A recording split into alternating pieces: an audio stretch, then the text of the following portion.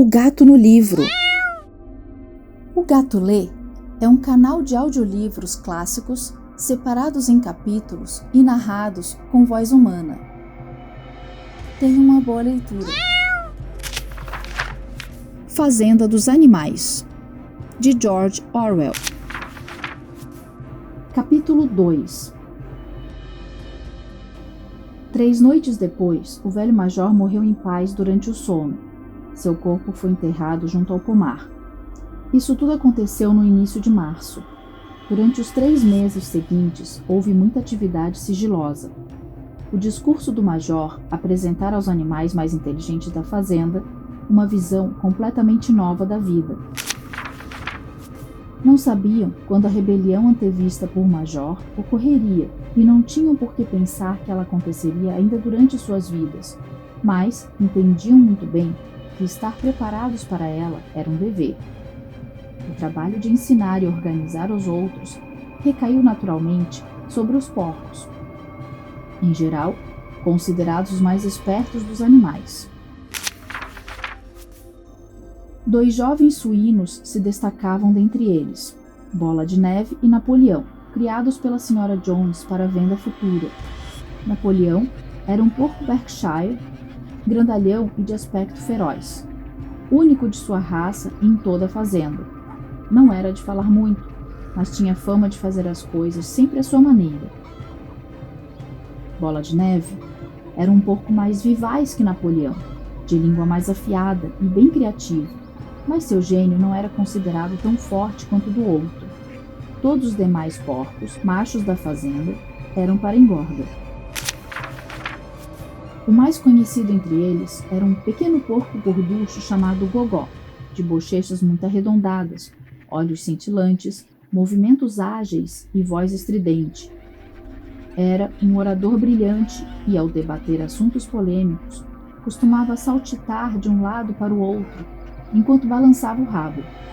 Pelo motivo que fosse, tais movimentos exerciam um grande poder de persuasão. Os outros diziam que Gogó era capaz de transformar o branco em preto.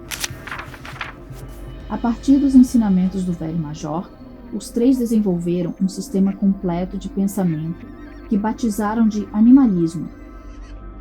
Algumas noites por semana, esperavam o Sr. Jones dormir e então realizavam reuniões secretas no celeiro, onde expunham aos outros animais os princípios do animalismo. No início se defrontaram com boas doses de estupidez e apatia. Alguns dos animais mencionavam seu dever de lealdade ao Sr. Jones, a quem tratavam por Nossa Senhoria, ou faziam comentários elementares como: "O Sr. Jones nos dá de comer. Se ele fosse embora, morreríamos de fome." Outros perguntavam coisas como: "Por que nos preocuparmos com o que acontecerá depois da nossa morte?" Ou: "Se essa rebelião vai acontecer de qualquer jeito, que diferença faz trabalharmos por ela ou não?"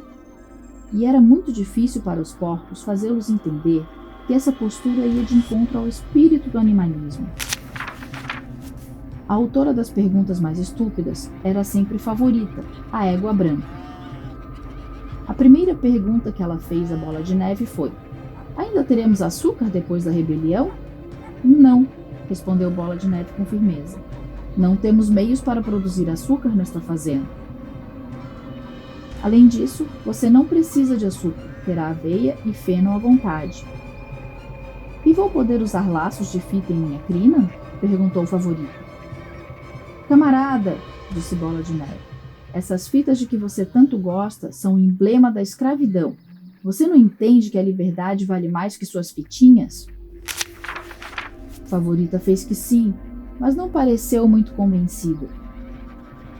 Os porcos tiveram ainda mais dificuldade para rebater as mentiras que Moisés, o corvo amestrado, fazia circular. Moisés, o animal preferido do Sr. Jones, era espião e fofoqueiro, mas também um sujeito bom de papo.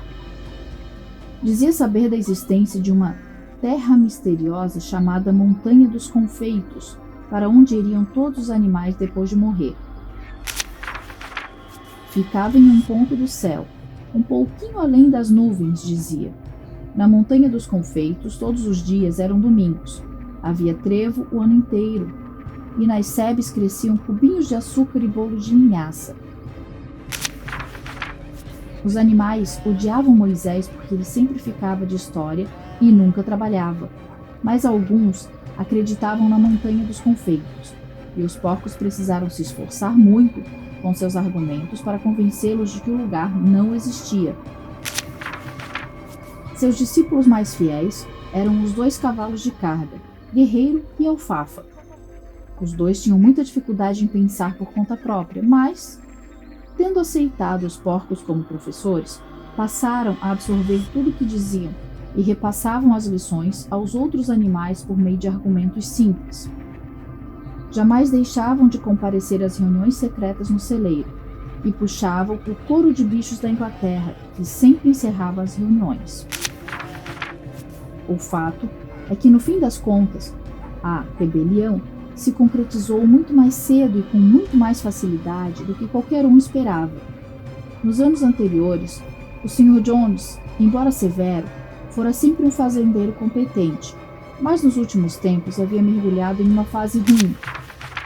Tornara-se muito mais apático depois que perdeu dinheiro em uma causa judicial e criara o hábito de beber mais do que lhe era recomendável. Passava dias a fio recostado em sua cadeira Windsor na cozinha, lendo jornal, bebendo e de vez em quando alimentando Moisés com pedaços de pão molhados na cerveja. Seus empregados eram preguiçosos e desonestos, os campos estavam repletos de ervas daninhas, as construções destelhadas, as sebes abandonadas e os animais desnutridos. Chegou o mês de junho e o feno estava quase no ponto de corte, na véspera do solstício do verão, que caiu em um sábado. O Sr. Jones foi até Willington e ficou tão bêbado no Leão Vermelho que só voltou para casa na tarde de sábado.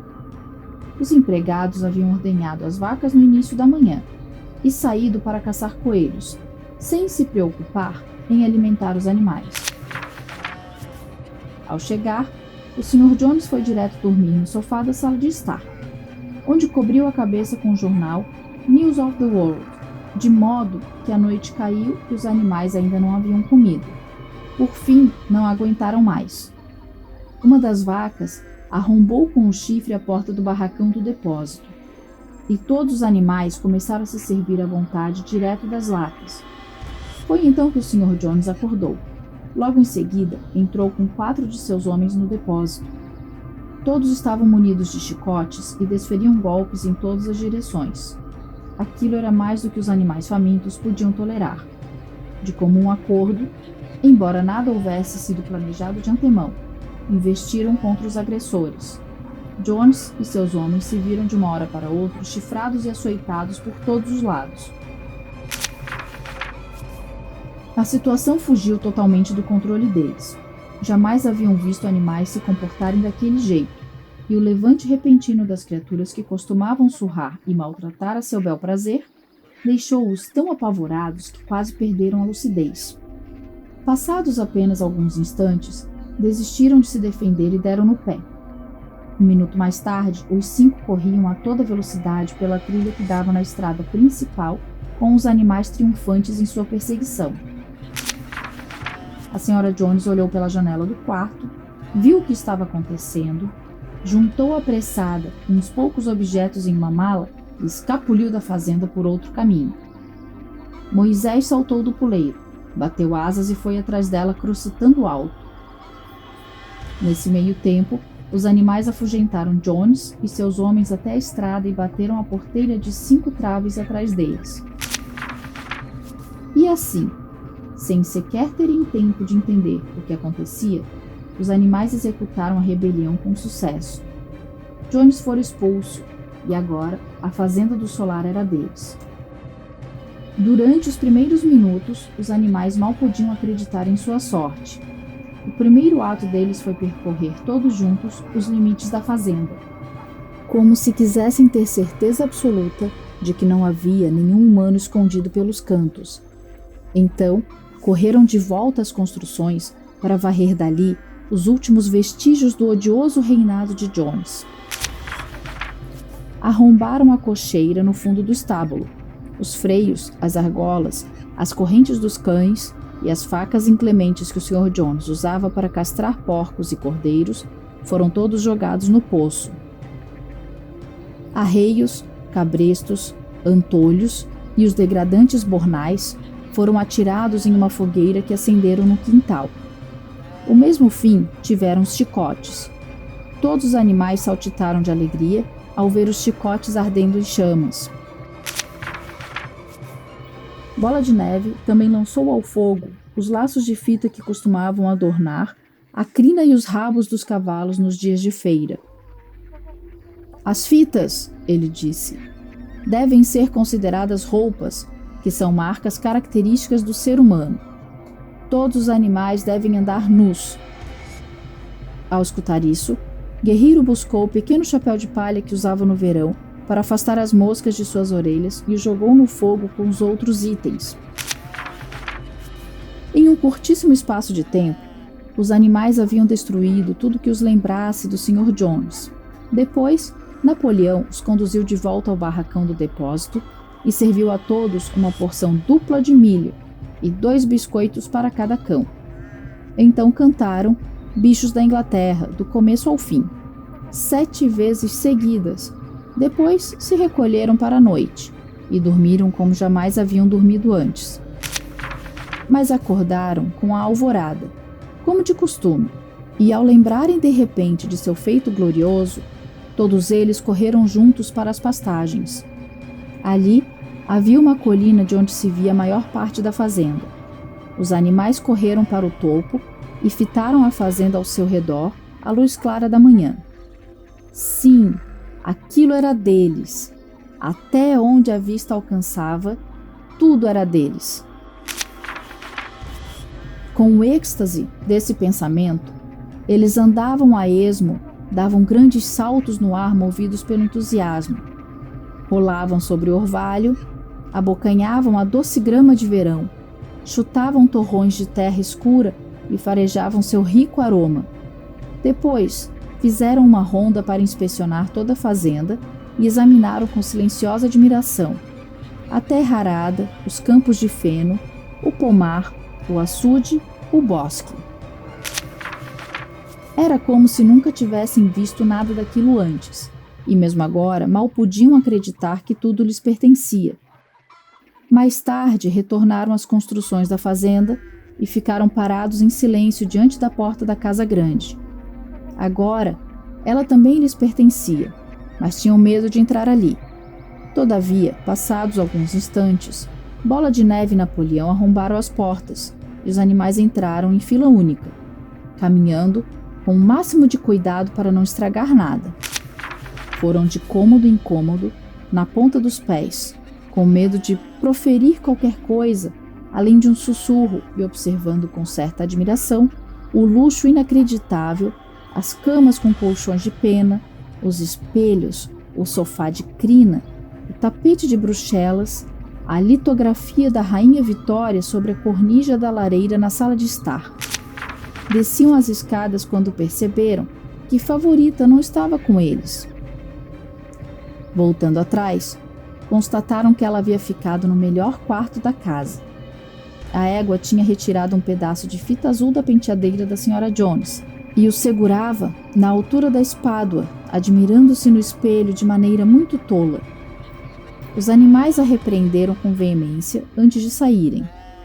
Levaram consigo algumas peças de presunto que acharam penduradas na cozinha para enterrá-las do lado de fora. E Guerreiro estraçalhou o barril de cerveja da despensa, com um coice bem dado. Afora isso, tudo na casa permaneceu intocado. Decidiram ali mesmo, por unanimidade, preservar a casa grande como museu. Todos concordaram que nenhum animal nunca deveria morar ali. Os animais tomaram café da manhã e logo depois Bola de Neve e Napoleão os reuniram outra vez. Camaradas, disse Bola de Neve, são 6:30 e temos um longo dia pela frente. Hoje começaremos a colheita do feno, mas antes precisamos resolver outra questão. Os porcos agora revelaram que, durante os últimos 3 meses, haviam aprendido a ler e a escrever com um antigo livro de alfabetização que pertencera aos filhos do Sr. Jones e que havia sido jogado no lixo. Napoleão mandou buscar latas de tinta branca e preta e guiou o caminho até a porteira de 5 traves que dava para a estrada principal. Então, Bola de Neve, pois era quem melhor escrevia, segurando o pincel entre 2 juntas da pata, cobriu o ponto da trave superior da porteira, onde se lia Fazenda do Solar, e em seu lugar pintou Fazenda dos Animais. Esse seria de agora em diante o nome da fazenda. Depois, eles retornaram às construções, onde Bola de Neve e Napoleão solicitaram uma escada, que fizeram apoiar na parede dos fundos do grande celeiro. Os porcos explicaram que, com seus estudos nos últimos 3 meses, haviam conseguido resumir os princípios do animalismo em 7 mandamentos. Esses 7 mandamentos seriam agora inscritos na parede. Constituiriam uma lei inalterável pela qual todos os animais da Fazenda dos Animais deveriam orientar suas vidas por todo o sempre. Com alguma dificuldade, pois não é fácil para um porco se equilibrar em uma escada de mão, Bola de Neve subiu e deu início ao trabalho enquanto Gogó segurava a lata de tinta alguns degraus abaixo. Os mandamentos foram escritos na parede suja de alcatrão, em grandes letras brancas que podiam ser lidas a uns 30 metros de distância. Diziam assim: Os 7 mandamentos. 1. Tudo o que anda sobre 2 pernas é inimigo. 2. Tudo que anda sobre 4 pernas ou tem asas é amigo. 3. Nenhum animal deverá usar roupas. 4. Nenhum animal deverá dormir em camas. 5. Nenhum animal deverá consumir álcool. 6. Nenhum animal deverá matar outro animal. 7. Todos os animais são iguais. Tudo foi escrito em letras muito claras, e, exceto por álcool ter sido grafado álcool e um S estar virado para o lado errado, não havia erros ortográficos. Bola de Neve leu as frases para os outros em voz alta. Todos os animais assentiram em total concordância, e os mais espertos logo começaram a decorar os mandamentos. Agora, camaradas, bradou Bola de Neve, atirando o pincel no chão, para os campos de feno.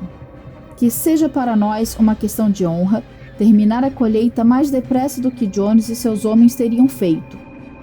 Mas nesse momento, as 3 vacas que já pareciam incomodadas fazia um tempo começaram a mugir alto. Não eram ordenhadas havia 24 horas e seus úberes estavam a ponto de estourar. Após pensarem um pouco, os porcos mandaram trazer baldes e ordenharam as vacas com considerável destreza. Suas patas se adequavam bem à tarefa. Não demorou para que tivessem 5 baldes de leite cremoso e espumoso, que muitos animais fitaram com interesse considerável. O que acontecerá com esse leite todo? Alguém perguntou. Jones costumava misturar parte dele em nossa ração, disse uma das galinhas. Não se preocupem com o leite, camaradas, bradou Napoleão, colocando-se diante de um dos baldes. Cuidaremos disso. A colheita é mais importante. Camarada Bola de Neve guiará vocês. Também estarei lá dentro de uns minutos. Avante, camaradas. O feno nos espera. E assim, os animais seguiram todos para os campos de feno e deram início à colheita. E quando retornaram à noite, perceberam que o leite havia desaparecido. Obrigada por nos acompanhar neste capítulo. Se você gostou, curta e compartilhe este vídeo. E aproveite para deixar nos comentários sugestões de livros para a nossa próxima leitura. Para adquirir esta e outras obras, basta clicar no link do gato na descrição dos nossos vídeos. Até o próximo capítulo.